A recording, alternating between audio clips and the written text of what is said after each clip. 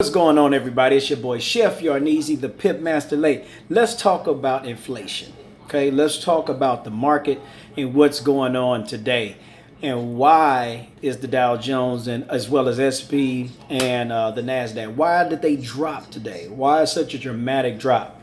First of all, if you've been watching any of my videos, I said the 800 EMA on the 1 hour chart, it was imminent, and bam, it hit it. So I gave some nice trades to my team today. But let's talk about these two things. Let's talk about what I guess you can call it the elephant in the room. What are we not talking about? We're not talking about recession. Really, we're not talking about it. We're talking about inflation, which the Fed Chair Powell, he's focused on inflation. Got it. And I'm listening to one of my favorite shows, Squawk Box. That's my channel, CNBC. And I'm listening to the conversation piece they're having about the economy, consumer versus inflation.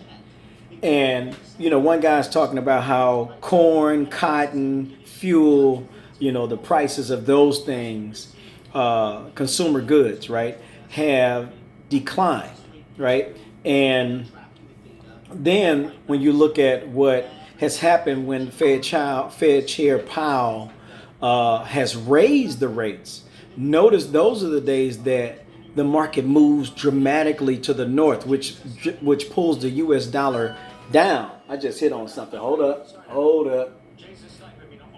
US 30, baby. Come on now. 666, 32, 666. Okay, so I'm still trading, by the way. I'm in trades. Anyway, so it's almost like you're raising the rate, right? Which is doing what? Why are companies benefiting from the rate increase? Well, they're drawing from this higher interest, right? Now, they're paying a price for materials, right? Because those prices have raised along with everything else. But you're hurting the economy. Raising the Fed rate does not help the economy. Think about it. When the interest rate for houses was down to 2.9% and below, the housing market was booming. Y'all remember, it was just this year. Housing market was booming. The cost of houses went up dramatically. I know in my area alone, the average price of a home went up $200,000 from what you paid for it in the last 3 to 5 years.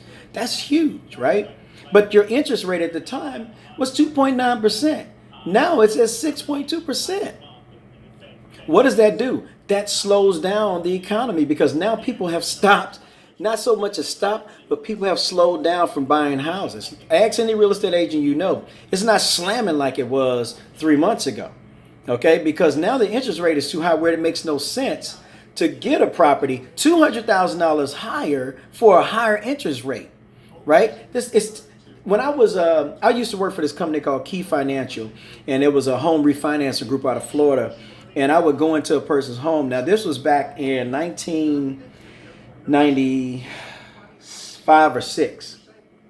Was it 95? I'm sorry, 2005, 2006.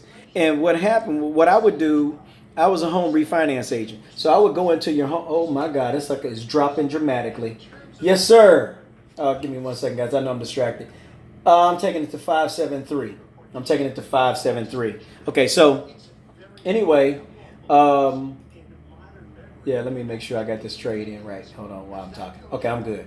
All right, so what happened was I would go into customers' homes and they're sitting at 8% interest on their homes, and I'm doing a refinance for 1% for 5 years, right? It was a real big deal at the time. And I'm looking at customers who were paying astronomical prices, and that was the norm. 8% interest is normal, right? That's crazy, guys. 8% hike on your house?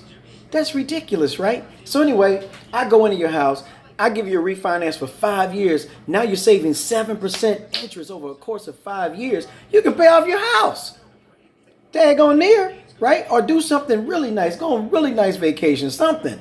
Because I just cut your payment from $3,000 a month to $987 or so, give or take. All right. But the point I'm making is we're right back where we were in 2005 or 6. We're right back there again. High interest rates. If you go buy a new car right now today, interest rate is high. You may be able to get a low APR with really good credit, right? But unless you have a anything over 675, right? No, it ain't happening, right? You're gonna pay top dollar in interest for a brand new car. So that's slowed down. Okay, then they pushing EVs, right? And you heard me talk about EVs. I think in December I talked about how 500 EVs are going to hit the market this year. EVs going crazy, right? But you got to know where to put your money. Where should my money be right now, right? I can tell you semiconductors is doing well. Most semiconductors are doing well. Consumer cyclicals, no, not doing so hot, okay? EV market not doing so hot. Lucid dropped today to 16 and some change, guys. I mean, it's dropping along with the market, so you got to pay attention to what's going on. But when we talk about inflation and raising the interest rate and jobless claims and things of that nature, wait till next Friday. You think I'm joking? Wait till next Friday. Let's see what happens next Friday. Let's see if we don't get more decline on Friday of next week with the market, because what I see on the chart versus what's going on, I'm reading the chart, okay? When I read the Dow Jones, I'm looking at where the market is consolidating heavily. I see the market consolidating heavily down there in the 32s, the low 32,000 range, okay? So I'm looking for the market to take another decline. So if you are in options, hey, there's some good things to get in right now for a put, okay? If you do day trading, such as Forex like me, it's a good time to look at holding a position and just keeping that position all the way down through the negative moves, okay, for a sale. But it's really crazy what's going on in the market, and you gotta keep your ear to the ground. And a lot of news will drive the market, but I'm telling you, when Powell speaks, you better watch out, because today the market took a dip, ran back up, and took a super dip, right? And I told my team, I said, guys, I told them 2 days ago, I said, I'm worried about this trade because we're going to buy it up, but we're only going to buy it up to a level of resistance, right? And I told them 475 for Dow Jones. It hit 473. All right, I lost about 2 pips, no big deal. But I called it from 100, so I called 373 pips, okay, easily. But then I said, guys, don't get mistaken by this little buy up. It has not hit the 800 EMA. It has to. It's a magnet, right?